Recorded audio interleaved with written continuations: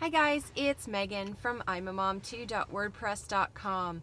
So I'm just sitting outside of my best friend's place here waiting for her to get back from an appointment before I actually go to an appointment, but we wanted to touch base between our appointments, if that makes any sense. And before I just went into her house, because, you know, I have her key, I wanted to just have a quick chat. I had a discussion with a friend of mine a couple weeks ago now, something like that. Her daughter has autism, and she didn't really know, okay, so let me backtrack. I'm not sure where to start with this. Can you tell? So she was basically saying how she herself needs to be able to get out of the house, but she's so panicked now about taking her daughter out of the house because of her behaviors, and that, you know, she really has a hard time and she doesn't know what to do, and she knows that her daughter needs to get out and socialize with people, but she just can't take her out. So I asked her to clarify that a little bit, and basically it came down to 3 years ago, her daughter's behavior was extremely bad. And not bad from, you know, you need to scold and correct, but bad from the standpoint of extreme autistic behaviors, where we all get the look, right? We all know what that is. We get the look. The look of, you know, we're horrible parents, that, you know, our child is crazy, we're crazy, blah, blah, blah. That horrible look that even parents of kids without autism get all the time if their child is having a tantrum of some kind. So when she mentioned that it was 3 years ago was how this behavior or when this behavior demonstrated, I just wanted to smack her upside the head. Like, of course, 3 years ago when your child was 4, I think she was like 4 or something like that, there would have been massive autistic behaviors. Your child is very limited in her verbal ability, especially, and not so much now. Her child is actually quite verbal, but 4 years ago she wasn't, or 3 years ago she wasn't. So the only way for her to communicate with the outside world was to be, you know, flapping her hands and jumping and screeching and all these non-verbal communications. And so I was trying to encourage this mom, like, you need to start, you need to get her out, you need to put her out in the public, because if you don't do it, she's never going to learn. It comes down to that. You know, try with little things. Try with, you know, walking down to the end of the block and back, and see if she can do that without any behaviors. But don't, like, take her by the hand and, okay, we're going to go walk to the end of the block. Take her by the hand and, you know, tell her that we're going to go discover the neighborhood. And, you know, sorry, it looked like my video stopped for some reason. Anyway, you slowly reintroduce her back to these social settings, and, you know, maybe the next one, after she masters being able to go to the end of the block, because let's face it, today's the first day of fall and snow is going to happen within the next month here in Canada, specifically in Southern Ontario, then you try doing that same thing around the inside of a mall. You know, you have to.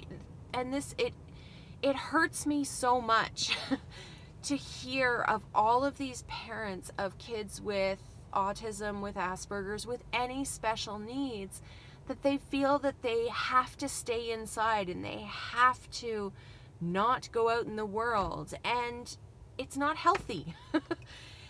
You know, not only for your child, but also for yourself. You have to get out, you have to interact, you have to socialize, you have to be around other adults. It's like any parent with a newborn baby, right? People tell them you have to get out, you have to be talking to other people and not just, you know, goo goo gaga with your baby. So it's, you know, to be able to take your child out. I mean, I've had the exact same issues with my son. When he was much younger, he was very violent. And a meltdown is extremely violent and usually ends up with me bleeding or a sprained ankle or a broken bone or something. These are very, very violent episodes. When he was younger, it was actually kind of amazing, for lack of a better term, as to how violent and how much, you know, he could inflict on me, because you don't expect that from a 3 or 4 year old. Now that he's 10, it's getting a little bit more, I'm getting more cautious around meltdowns. How's that? Is that the nice way to put it? But when he was 3 or 4, the meltdowns happened a few times a week. Now that he's 10, they happen 2, maybe 3 times a year. And it's because basically I took the attitude of, you know what? Its reality is to go out in the world. And so I need to help him be able to manage that. And it just, you know, you just have to figure out how you can get your child to desensitize to the external environments. And I mean, I know it's easier said than done, but I worked so hard at it. I'm not sure what we're going to do moving forward because he is getting to a size now where he cannot go for much longer in the cart, the grocery cart at the grocery store, because, you know, he's getting too big for it. He's a 10-year-old, size of a 12-year-old. But we've slowly been starting with taking him out of the cart and getting him to walk beside the cart while holding the cart so that he doesn't run off either. So he'll kind of do part of a grocery shop in the cart, and then once there's too many groceries and, you know, he's taking up the majority of the space and we need space for groceries, he'll get out and he will walk beside the grocery cart. This has taken a long time to be able to do this transition, but it is so important. You know, grocery shopping is reality. It just, you know, at least during school, I can primarily go during school when the kids are at school.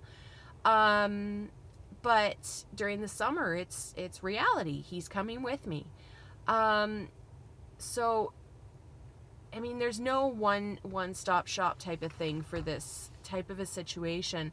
But if you leave in the comments below if you're encountering any of these same issues, leave the situation in the comments below, and I'll see if I can kind of help you break it down, and see if there's a way to get from the current behavior through to being able to attend a community fair. You know, there's so many different breakdowns along the way that basically is what ABA therapy does, right? But it is possible. We don't need to lock our kids in the house and just keep them there like the belief was 10, 20, 30 and longer ago. It's not reality now. Now the reality is our kids are going outside. That's the way it is. Even our politicians, last year, I don't know if you know any Canadian politics, but one of the Ford brothers, just going to leave it at that for those that know, was actually apparently shocked that the teenagers of a group home that was specific for teens with autism actually left the house. God forbid, eh? How dare they leave the house and, you know, go outside. So it amazes me with the amount of awareness of autism, of any special need, that there's still these types of comments. You know what? They're kids. And if they're teenagers, they're probably developmentally much, much younger, and they just want to go to the park. You know, so let's help them get to the park. It is possible. It's very possible. If I've done it, then you can do it too. So there's my vlog for the day, just based off of one interaction with a friend of mine whose daughter has autism. Anyway, we'll talk to you guys soon. Bye.